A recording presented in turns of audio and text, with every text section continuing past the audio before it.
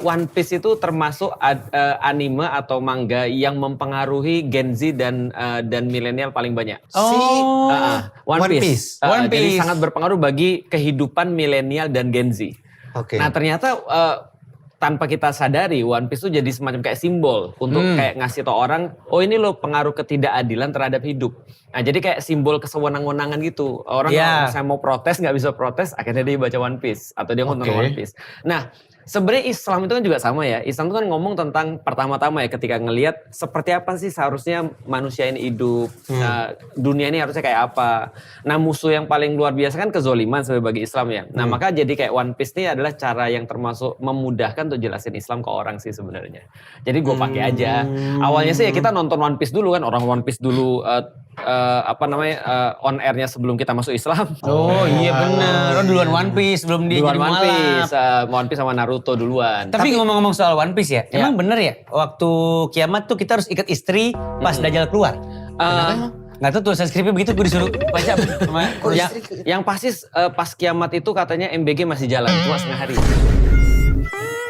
Tadi kan nanya yang bahas. Makanya dia sering diomongin orang lain.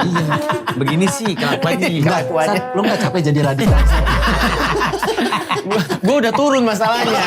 Sekarang tuh udah di 2026 udah nggak ada ustadz radikal. Udah gak ada? Nggak ada. Yang ada adalah komedian radikal.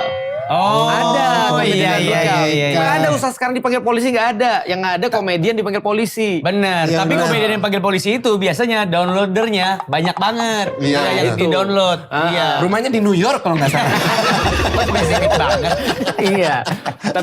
Tapi memang betul sih kalau menjelang hari kiamat tuh bisa dipahami gini, dia nggak normal kayak biasa. Nah karena nggak normal kayak biasa maka mitigasinya itu perbuatan kita juga harus nggak normal juga. Makanya sampai dikatakan dalam satu hadis, ikatlah istri karena sebenarnya bukan istri sih, ikatlah perempuan-perempuan di rumah. Karena di situ akan ada fitnah-fitnah yang banyak.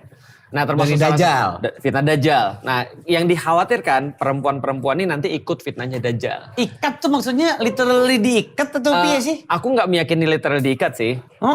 Kayak penculikan kan begitu ya? Betul, karena kalau literally diikat kan kesian ya. Iya. Peluk maksudnya? Bisa masa jadi. semua mbak-mbak lu juga lo peluk dong? Makanya kan gimana caranya kan gitu. Gua harus pastiin nih. Dijaga. Oh dijaga maksudnya. Gitu. Dijaga dari agar jangan fitnah-fitnah sampai itu. kena fitnah Dajjal gitu. Oh gitu. Iya